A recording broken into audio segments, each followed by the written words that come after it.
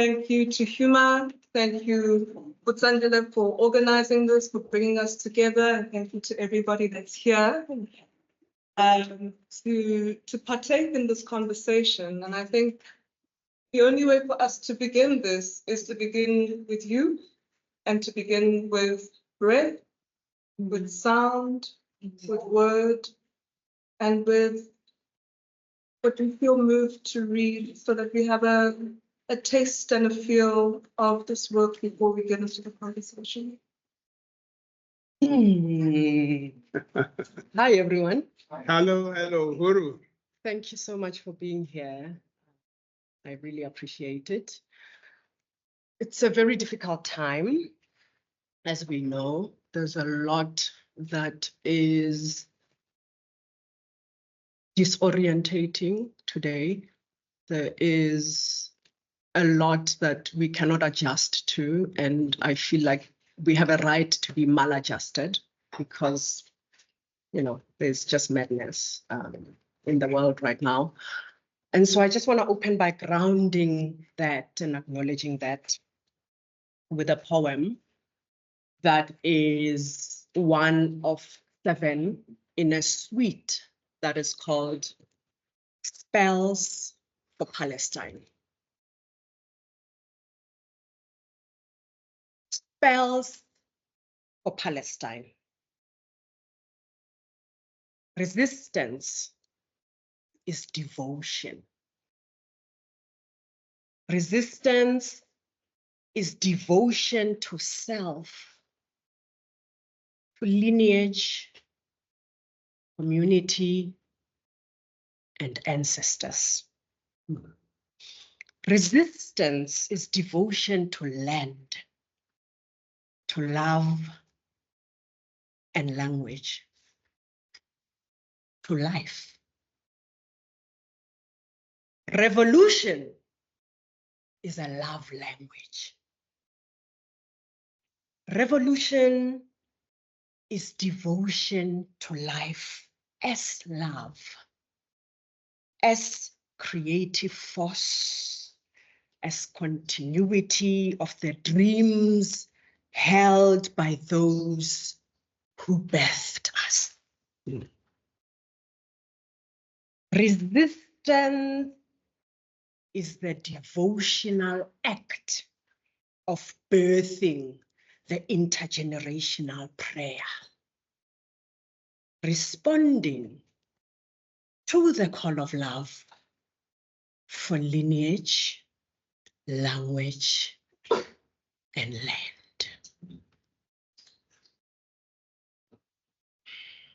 So my name is Uhuru Phalafala, and I am the author of this poem, Mine, Mine, Mine.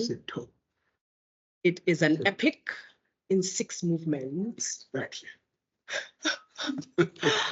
It chronicles the story of my grandfather, my maternal grandfather, who worked in the gold mines of Johannesburg. I'm from Polokwane, Limpopo, and he used to work in Egoli in Joburg, away for 11 months, 2 weeks of the year, and would come back for 2 weeks every year for Christmas. And so this is a chronicle of that life, but it is also a chronicle of our collective brothers, fathers, grandmothers, grandfathers, grandchildren, those who have been impacted, affected by this legacy of racial capitalism, not only in South Africa, in Southern Africa, on the continent, and in the diaspora. I'm not going to read from the epic itself. I'm going to read from movement, or rather part 2, which has more single poems. The poems don't have titles. They were initially conceived as poems without title deeds. History in my body. A history of personalities and lords of war, dominant in muscle memory. History that turns the tide of centuries-old violence against us, the unspoken and unsung. I write this history residing in my body. It resounds yours too. In speaking of widows and wives of history, we speak to ourselves. When it dies a violent death, as it often does, history returns to wives and grandmothers and children too, protected by the water of their mothers' bodies. We are those children. And like water, we remember. History's tide swells within us in full moon during the constant endings and beginnings of our bodies remaking themselves with blood every month. Blood that separates us from our fathers and brothers in the mosque. We sing its name, our foremothers' refrain.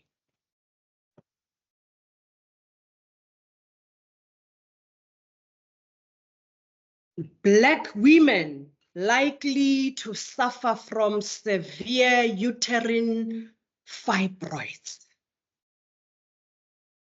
Medical reasons unknown.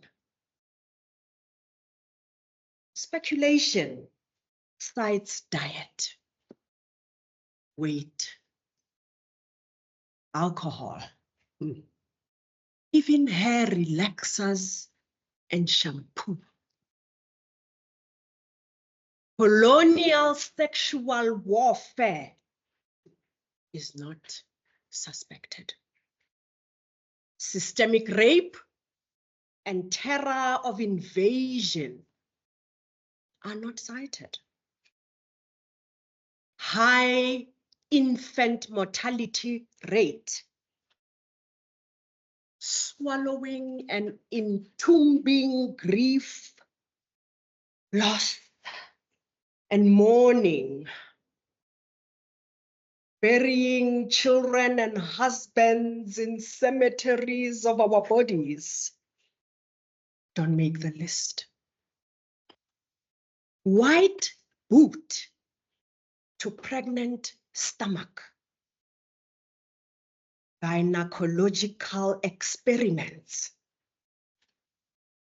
historical insemination, forced sterilization, high maternal death risk, natal and postnatal neglect are not culprits. Our bodies are voids in which history casts its shameful acts. Our bodies are vaults storing trauma that still breathes in our homes.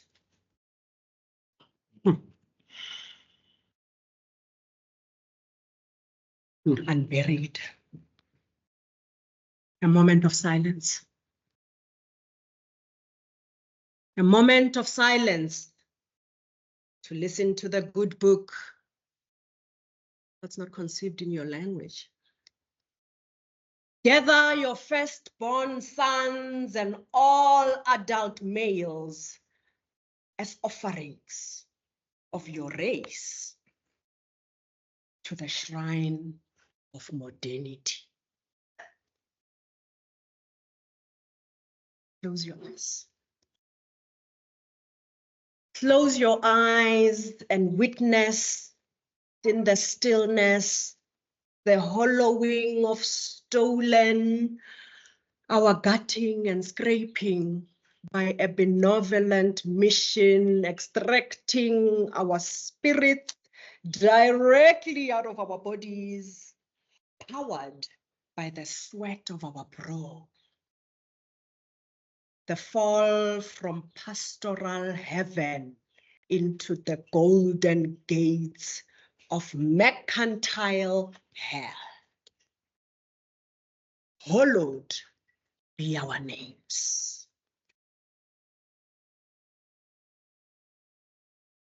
Open the bone of your heart. Open the bone of your heart and feel the smells, the screams of fire flame, licking melanated flesh, spontaneous combustion of sulfuric biosphere, gaseous breath, ignited by power failures of body count. A blackout. Close your eyes. Close your eyes and see the scattered bones, collaterals of colonial conquest, unburied, excavated without libation, the living dead whisper thunderous command. Ceremony, ceremony. Where is the ritual, the song and prayer? Here, now. Hear us. Hear. Hear. Hear. Hear. Close your eyes. Close your eyes and hear the wail of grandmother for the seed in the earth that rots in the violence of the underworld. Shooting from earth without sprouts to nourish deserted hearts, mouthing supplications to petition presence from grace, from the grave. Mother is spirit, father is body, son is brain drain in the parched threefold cord of our unburied presence.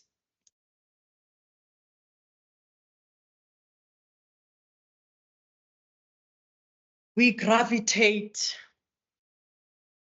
towards soil. Sink our fingers deep, excavate bone and living flesh.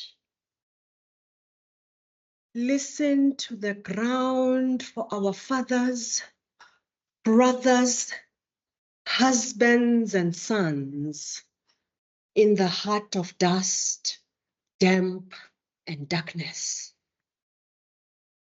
A directive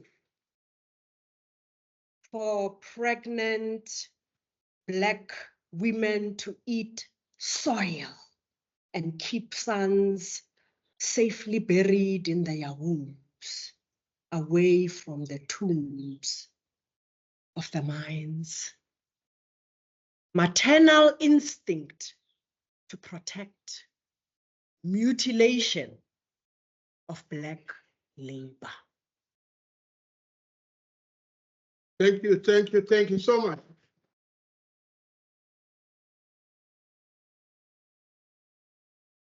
Uhuru Portia Phalafala, ladies and gentlemen, thank you so much. Welcome, Paul. I didn't realize you were here, my dear brother. Welcome. This is in Pondaba in Brown. Thank you so much. Thank you so much. Over to you. Yeah, where do we begin? Where do we begin? How are you? It's a beautiful place to begin. How are you doing these days? I'm well. I am well. I am well because I accept maladjustment and I refuse to be adjusted to the madness that is taking place. I honor and hold for myself and for us the outpouring of the tears and the grief, the bullying, megalomania, ego-driven milieu that we live in. I ground myself with this work, with gathering here with you in this congregation. It's a congregation of gathering, and it is life-giving, and it fuels me and fills my cup to commune with you. And so I am well in this moment. How are you? It's about you. It's about us. Overwhelmed. Yeah. Completely overwhelmed. But strengthened by moments like this. Yeah. Fortified.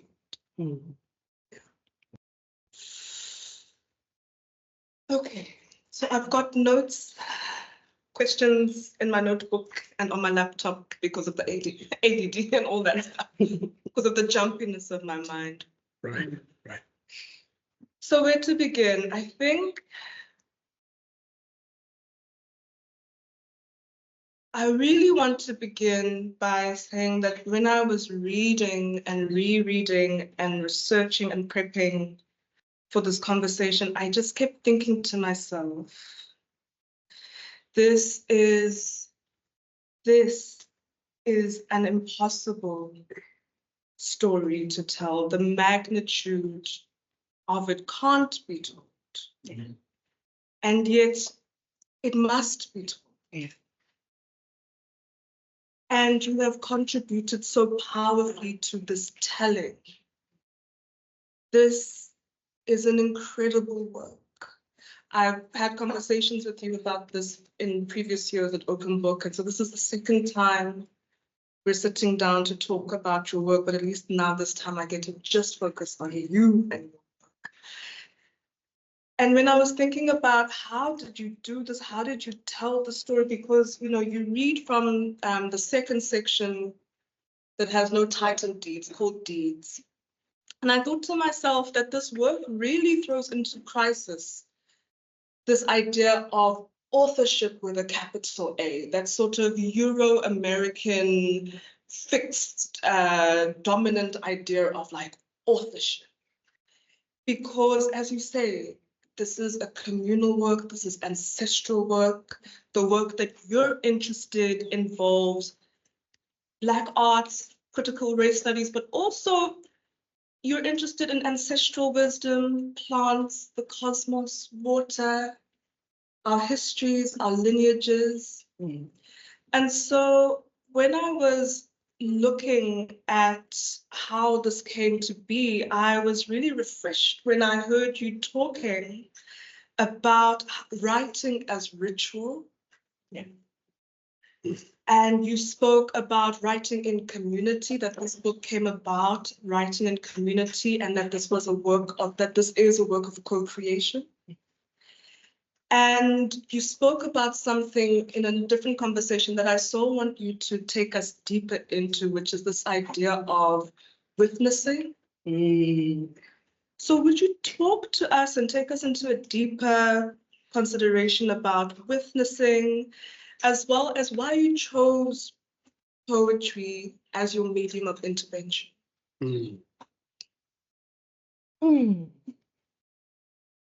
Well, I first of all come to academia as a poet. You actually have a long history of being a poet. You Yeah. a long time. Although I can't find that that debut. I don't know where to find it. Thank the Lord. I've it's not for a lack of looking. Hey, may it forever hide. I wrote it when I was 17. Hallelujah. I read it sideways. Exactly. I come to academia as a poet. I initially thought I would come and study literature to hone my writing skill, Right. to sharpen my writing skill. And I entered the halls of academia and was in them for 12 years. And in those 12 years, I did not write a single line of poetry because academic writing wants to be a god that consumes and is omnipresent and takes over all your creative faculties, right? So I didn't write a single line of poetry for 12 years. And I was doing research for this book for 12 plus 5 years. And it is in the writing of this book that I was conceptualizing and seeking to write about racial capitalism. Chapter 3. And I'm a literary scholar. When This is not poetry, guys. Some people are working. It's not part of, it's not part of this, When I wanted to write about racial capitalism, I was challenged. I did research and I learned it's political economy. It is economic theory, right? And I felt out of my depth. When I read about racial capitalism, it was conceived by a scholar called Cedric Robinson and in Black Marxism. When I read about this theory, I was like, okay, I get it. And then when I learned that when he theorized this, he was looking at the South African situation. That's when I thought, oh, actually, there's a reality here at work that I might need to look at.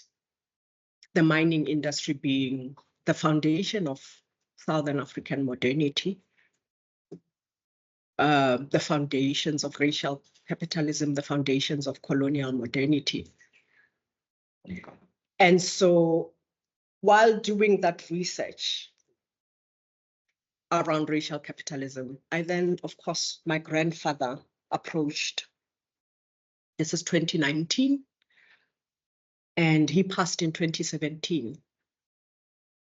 And he came to me with his story about the mines, about gold mining, its atrocities, about the violence of the train, the sheer dehumanization of miners, their unknown story. He died unknown and unknowable, quite frankly.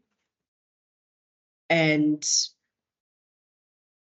I listened in.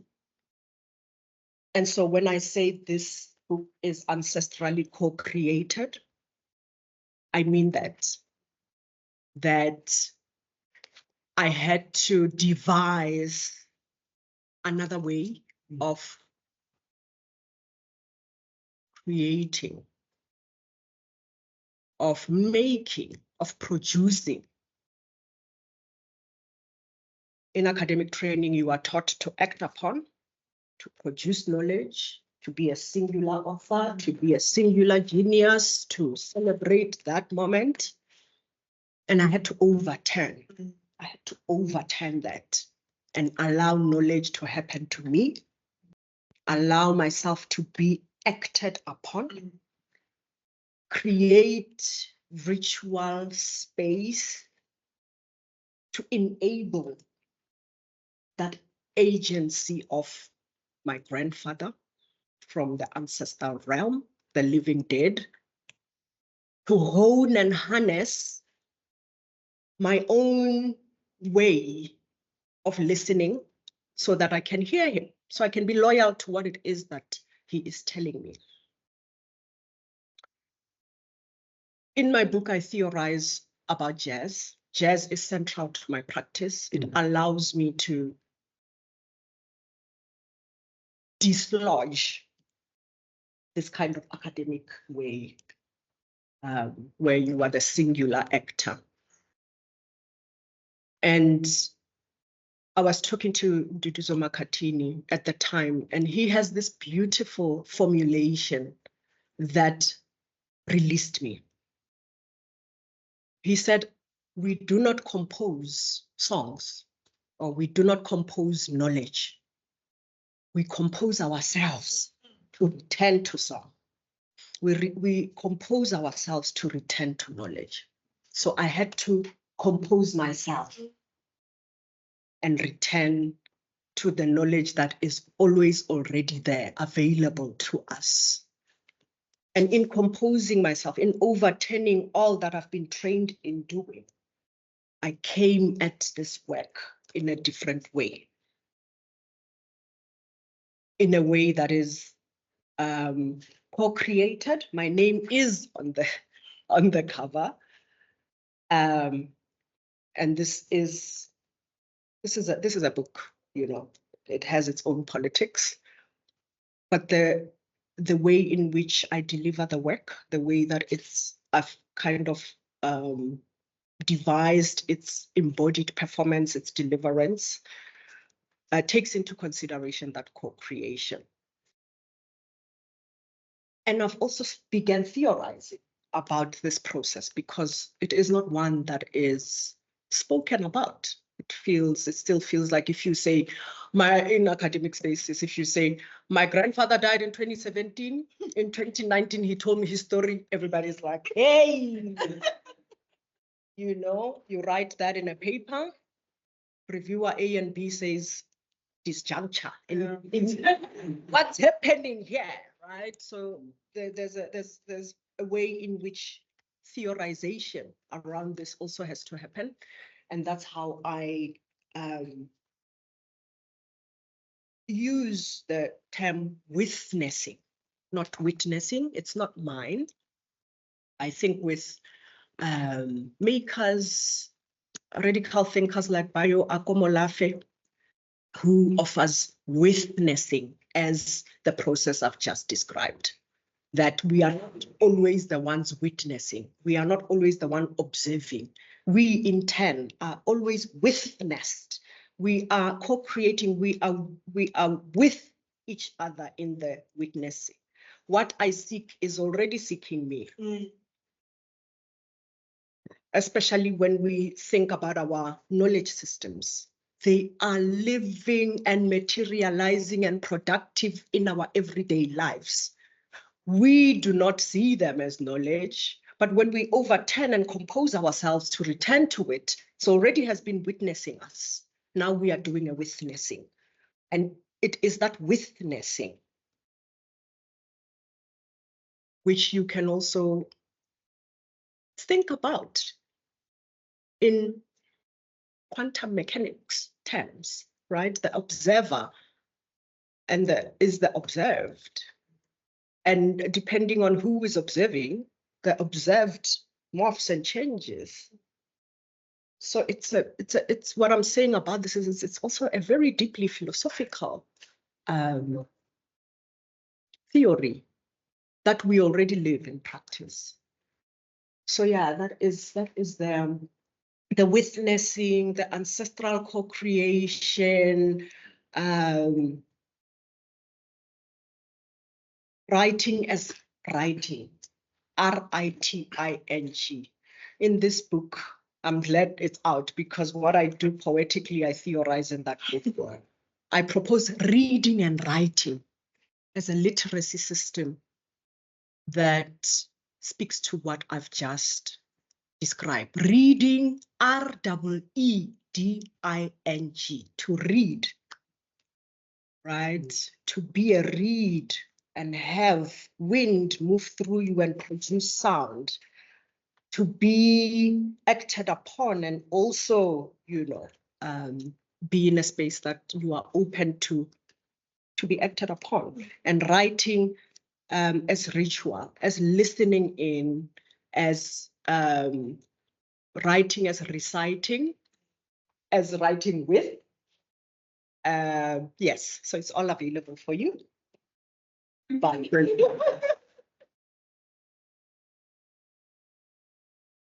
Yeah, thank you so much. Just to remind you that there'll be some question time, question and answer conversation when my sister is done with her part. So please don't think we've forgotten about you. Thank you so much. So may I ask, you know what I love about you is that you just give the most fantastic layered answers to questions. You are like the easiest person to be in conversation with, and I'm so grateful for that.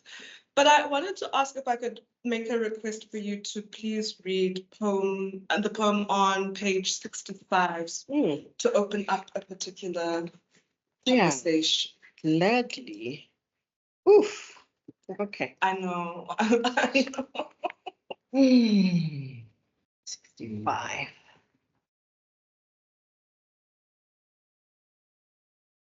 Evacuating minds that produce the Black condition is unlearning asphyxiation. Learning how to breathe, refusing death in life, minute by minute. A matter of unmaking, unpatterning, and rewiring our minds and spirits. A deliberate and intentional, radical, persistent choice to resist the toxicity of our inherited disorder. Choosing the comfort zone is electing to breathe mine dust when there is oxygen. To breathe underwater when there is land. It is sensing freedom, but opting for captivity.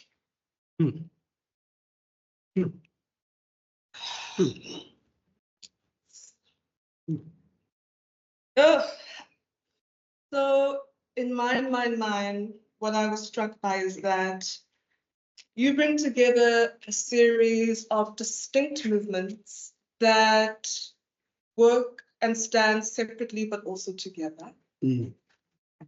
And you weave together this tapestry that exposes our layered histories, our historic and ongoing formations of slave labor that continue to permeate today.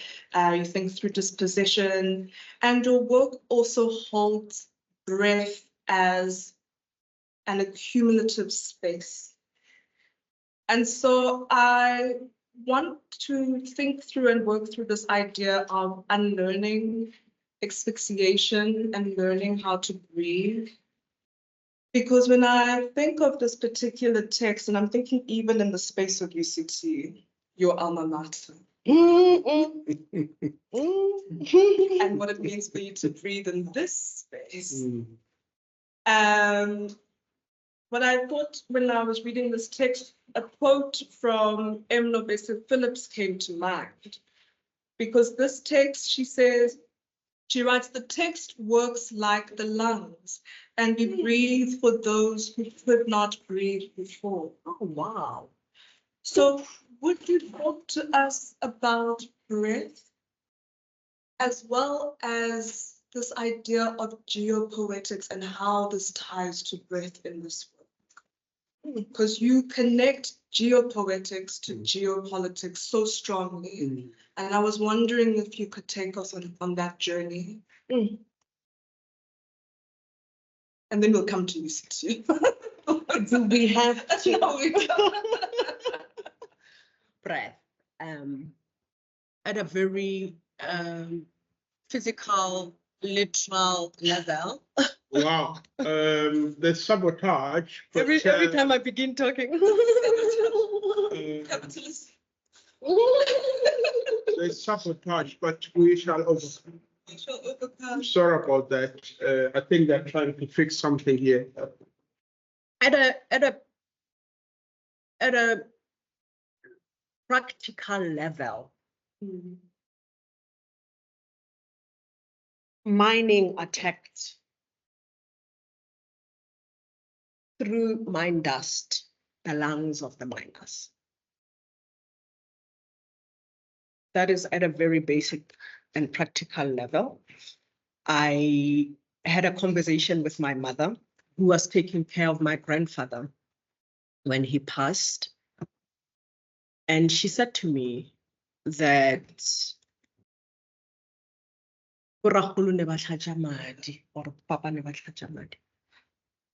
which means, and you know, she's a medical doctor, so she was saying my father was vomiting blood and talking about the disintegration of the lungs, the systemic attack of this central organ of life, of breath. At least as a poet, that's what I was listening into. I was like, wow, that's a systemic attack of the central organ of life, breath. And that's how the epic opens, with the lungs centralized. But because I also am interested in making language and making vocabularies, critical vocabularies through our, or drawn from our indigenous languages, I thought about breath as moya. Moya. In its multifaceted meanings, breath as spirit, breath as air, I mean moya as spirit, moya as air, moya as wind, moya as disposition. I saw, right? That multifaceted understanding of breath that we take in and we take out and sustain life. And that is denied, that act is denied miners who are dying. I had just watched the documentary Dying for Gold. I was very disturbed by it. As mine dust wrecks, it wrecks bodies of the miners. They are 42 and they are completely right. And I thought about mining itself in South Africa. Prior to the writing of this book, if you said to me mining, it's not something I related to, it's not something I knew anything about, it's not something I thought about. It's a very hidden enterprise, quite literally, it's underground. It's out of our optics, it's out of our view. And it's the foundation of this global economic system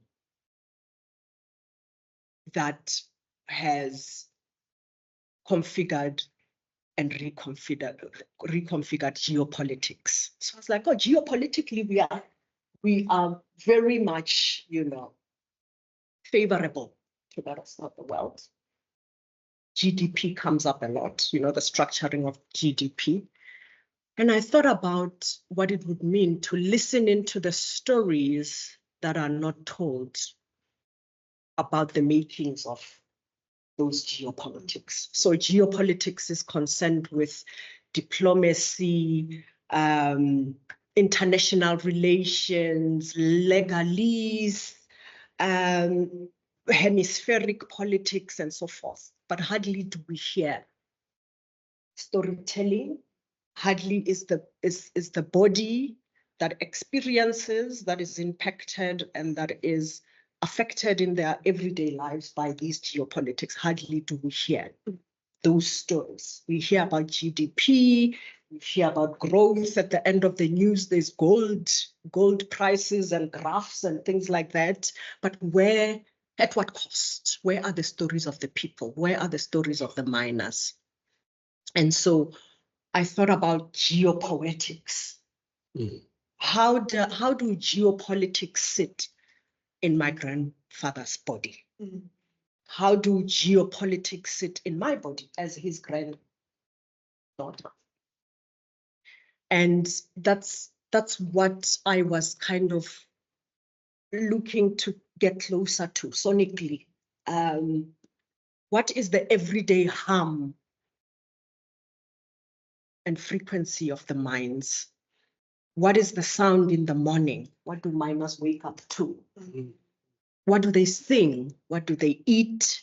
How do they greet each other? How do they exchange a look at the mines? How do they return home? How do they meet their babies that have been born while they are away? How do they engage with their partners, with their wives intimately? How do they greet the neighbor? They've been gone for 11 months of the year. What does that feel like? The interiority, that inner world is what I wanted to get into. And also show that the interiority, the inner world is as important as the geopolitics, but of course has been eclipsed, erased systemically, because actually it will throw light on the perverse nature of the geopolitics. So the geopoetics are those, the quotidian, the everyday, the love, the loss, the joys, the sorrows, the resistance, the celebration, the dance, the ceremony, the death. How does it feel? What is the texture of the feeling? I'm noticing time, but I've got so many questions, but I want to ask you about queerness and intimate partner relationships and Black intimacy and Black pleasure and queerness, but we don't have time, it would seem. I've got to open it up to everybody else for the Q&A. So Thank you.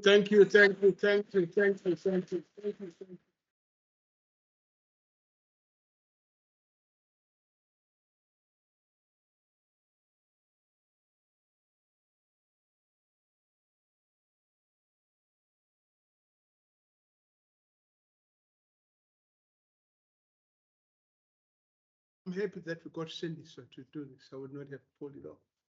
But if I wanted to play anything, I'm not. So I really appreciate that, my dear sir. Thank you so much. Of course, this is a conversation, and your questions, provocations, insults. No, I'm joking. Yeah, please go for it. Three sisters are standing here, there. You start, she follows. I can see Lebo is looking at me there with a, yeah, I know you're gonna come with a question. I'm waiting for you. Go ahead, my sister, go ahead. Please introduce yourself so that we become one family after this gathering.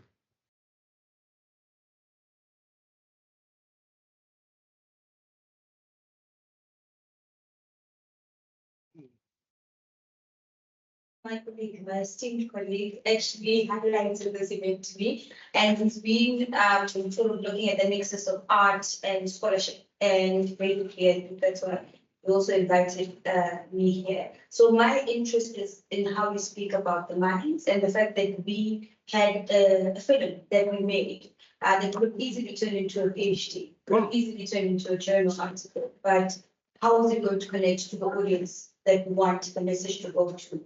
So your art, I'm not sure if you consider it a political academic. I personally consider it an academic piece of work, or it's trying to find the way to engage with the academia, being scholar activist sometimes. When you come as a scholar, your activism comes with you. Yeah. You don't just sort of not be a black woman when you enter spaces. So your positionality also permeates the space that you're in. So I'm very happy that you were able to move from that stint of not writing, because academia doesn't do it. It's stifles you, paralyzes you, and it's sort of one way of frame of thinking. And I'm super happy that you're actually producing this piece of, I mean, for me, it's very mature because this is what you want to share with the community. And I just add something that I must I just like the way you say to the body in every single part, the body. I think we forget because mining adds about like 8% to the GDP. So when you think about mining, you think about the money, all of that, and how profitable it is for society, but then you forget the damage that it actually does to the body, but to our collective body. Yeah. And as well, because we view land as having social, cultural meanings, but obviously government has a different word. It's economic. We need to make money off of this land. So the value that you are bringing to saying, mine is happening on our land, but it's happening to me. I am the land myself. Right. My peace of mind is the land. For me existing there and not being able to breathe fresh air. Wow. It's actually a very intense sort of thing that you really think about when we just always focus on the land. So I really like it so much. Thank you. Wow, those powerful words. They silence me into silence. Go ahead, Medius. Your name again?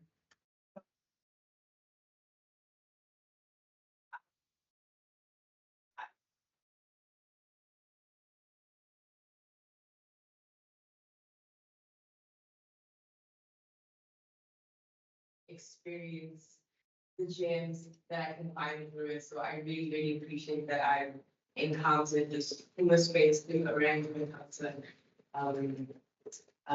Yeah, so I don't have a question. I have a comment, a contribution to your endeavor and a very successful attempt at making language through breath, through excavation or interiorizing the body, because you pulled something out of me that doesn't often have space in this place and in this world.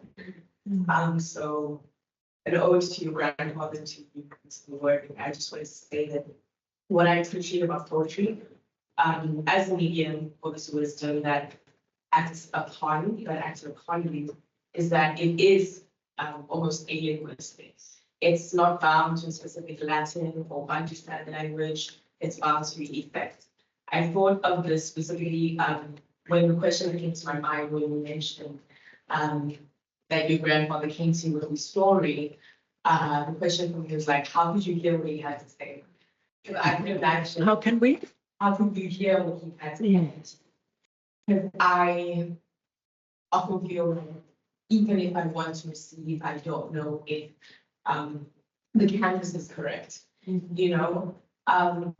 So in a very personal way, I'm not from the mines, but my mind has a different mind even. Like the mnemonic mastery of this, not my mother tongue, has become an identity of my master. I speak English, but poetry, your poetry, with a focus on the hour in brackets, reminds me that I can do English and speak them. Speak of the senses, to the senses, through the senses, and always make sense, and understand, and hear. Oh. Your grandfather showed me what it can mean to be spoken to, and how I can listen to my oh. Wow. Thanks. Thank you.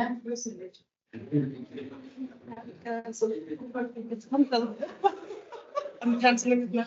Wow, thank you. So then we've got Fanid on the far left.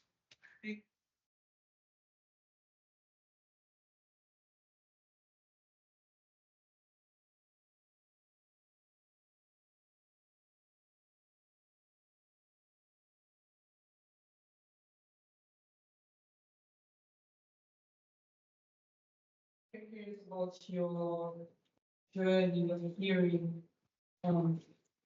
this call to now, and just whether it was hard to hear, whether you had to kind of like remove some like earplugs to be able to hear. If you didn't hear, did you feel, and how did you feel then? Just that process of kind of realizing that you can stand with these voices and like expressing them to, yeah. I'm just curious, how did you hear? Yeah. Shall we take another one? Yes, comrade. Thank you for your nice presentation. It's eye-opening. What I particularly liked about your style and approach is that it is Africanist. For quite a long time, here in South Africa and elsewhere, we have been bombarded with Western epistemologies. At least we had the courage of interviewing your grandfather, which is the methodology itself that needs to be edited. Now, I also liked the way you attempted to situate your views within the political economy. It's very important, because really you cannot say it's A, it's B, it's C. Now, I've been involved in the Fees Must Fall, Rose Must Fall as a mentor to our students here at UCT. By the name, my name is Uhuru Portia Phalafala. I'm a fellow at the Center for African Studies. I used to say to these young ones, right, you're bold, you've done a lot, you're strong, and then we have made some changes. But there's a big elephant in the house. That big elephant is capitalism, social class. After all this, after the party, where will we be? Being colonized, being atomized by the whites and also by capitalism. That trauma that we suffered in the past will last longer than we think. I personally don't think that we'll be free very soon. I think the 2 generations will come before they can say that we're free. We're free. As long as 80% of the black and colored people are still suffering, struggling, we cannot be free.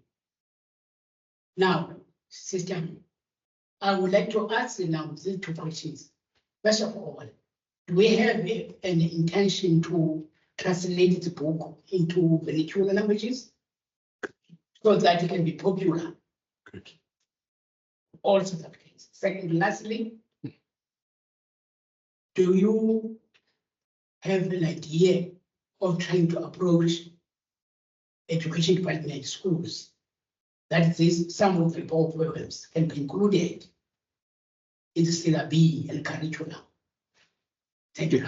Thank you so much. We're running out of time, and we don't want to abuse you too much.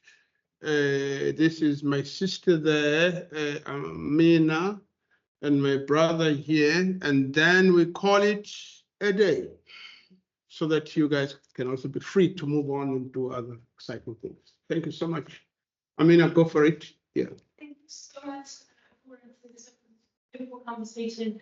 I thought the book had come from weeks ago, but I don't think I was able to read it without an invitation, which to me today seemed like that, because I think coming from an external kind of context, we almost need your hand to walk through the book. And so I'm very grateful for everything, all the readings and all the emotions. My stomach's turned upside down. Sorry. Because I think it's such an honor to listen to you. And I was really wondering about sometimes book choose you to read them, and I was wondering if there was a particular intentionality an invitation when you wrote the book to who's going to read it outside of South Africa? Who do you want the book to encounter as an artifact or as an archive in your Thank you. Thank you for the amazing work. Following up on the different questions, I don't know, do you have any idea in terms of how can the book be more than a book? Because I mean, we've seen amazing works like this happening, especially in spaces like this. And they get, stuck in academia. And they remain theories and they read books, and then they don't have an impact, that is practical. And I'm asking about this because, I mean, the mining story is still ongoing. And what we're seeing now is actually, they were mining in Joburg, they're mining in the Free State, but now they're going to the former Palestines, where the miners were coming from. So basically now they're going to the homes of the miners, and they've started mining them. And they've been fighting for close to 20 years now. So how can we use it in a space like that? And also I want to say to someone like Wete Nadashi, who is the Minister of Mineral Resources. Okay. Thank you so much. Our friends who are working the site also have given us a few minutes of grace. So we're calling, after my sister, we're calling it an afternoon. Thank you. Yeah, thank you. Thank you for your engagement. I see you, appreciate you. There was a question on, just give me a keyword again. Hearing more. What? Hearing more. Oh, hearing, yes. So one of the biggest work that I have had to do is the work of recuperating a self that is not defined by neoliberal human definitions. To say I'm an individual, I have individual pursuits, and da da da da da da. Who is Mutu? Who is Umuntu in our own understanding of ourselves? And therein comes the conception of the human that says I have, there is the living, which is me, the living dead, the ancestors, and the not yet born. I am three in one, or I'm a multiple human. And that multiplicity is always at play. If, as I said earlier, even when you're aware of it or not, it's always at play. So listening takes that overturn to decide to begin or to return to the co-creation of life, to return to it. It's always happening. It's always there. You're always constituted by the ancestor and the not yet here. And so returning to it also took particular practices, including shrine work, altar work, listening in, dreamscape as legitimate sources of knowledge. And that's how I began honing my skill to listen, because there's always something happening. This is not empty air. This is frequencies, vibration. Right. And so it's continuous work. I'm not saying, oh, now I know how to listen. No, it's continuous work. And petition. You'll hear the word petition a lot. My practice is about petitioning. It's about appeasing. It's about using particular sounds, particular smells, particular vibrations to appease, to say, I am, please happen to me. I am here. Continuous appeasal, continuous petitioning. And listening. The seeing I've let go of. It's the ear and the multisensorial body, the intuition, the heart, that is primarily at work. Yeah. We can talk about it some more. It is.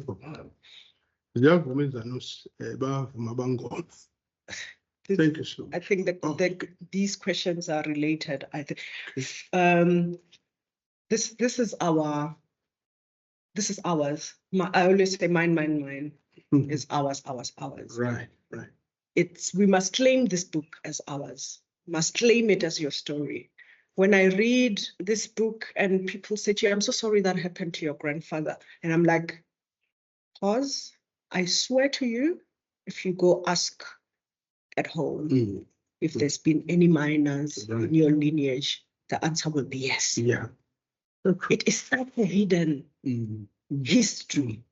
It is such a history that is out of our sight, literally, but also we don't think about mining actively. This is our story. We are all impacted by mining. So my wish is that all of us claim this book as yours, take it forward, go translate it, adapt it, advocate for it to be in syllabus if that's what must happen. I teach poetry in my classroom that I insert in the syllabus. You do the same. I'm not allowed to teach my own work. So claim it, take it forward. My grandfather told me his story, gave me this title at the end, and then after the title, he said, this must be on stage. That was his parting words. This has to be lived, embodied, sonically interpreted. So it has to live off the page. So it will be adapted, inshallah. Inshallah. Thank you. Claim it, it's yours. Yeah. It's not, I don't write with an audience in mind. I never ever think, who's gonna read this, right? I write books that I need desperately in my life. Thank you. That I can't find anywhere. And this is an open dialogue. We'll continue to talk. Yeah. It's an open dialogue. I must again thank our wonderful guest, Uhuru Phalafala.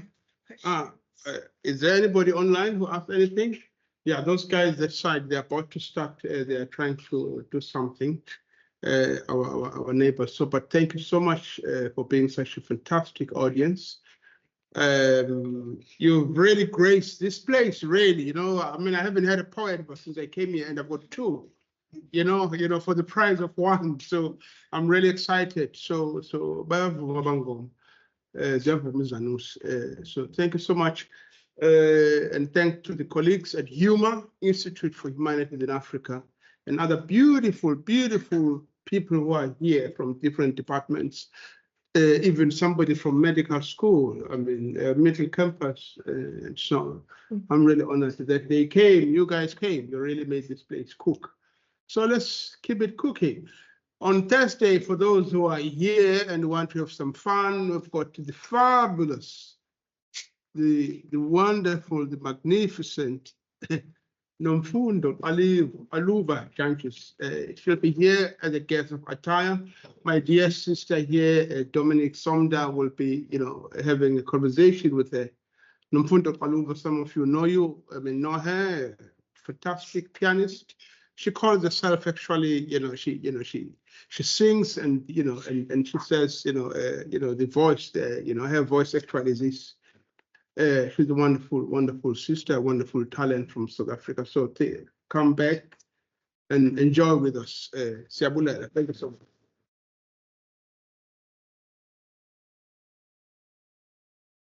Yeah, the books are on sale, ladies and gentlemen. How much do they cost?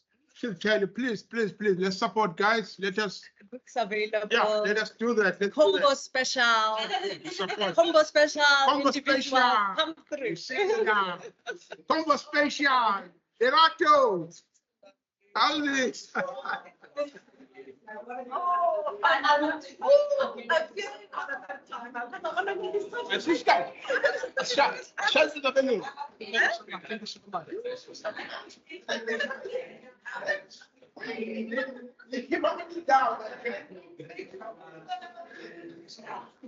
And let me tell you this.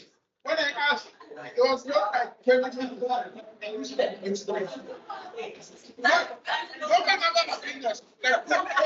Like, yes, of course. Yes, of course.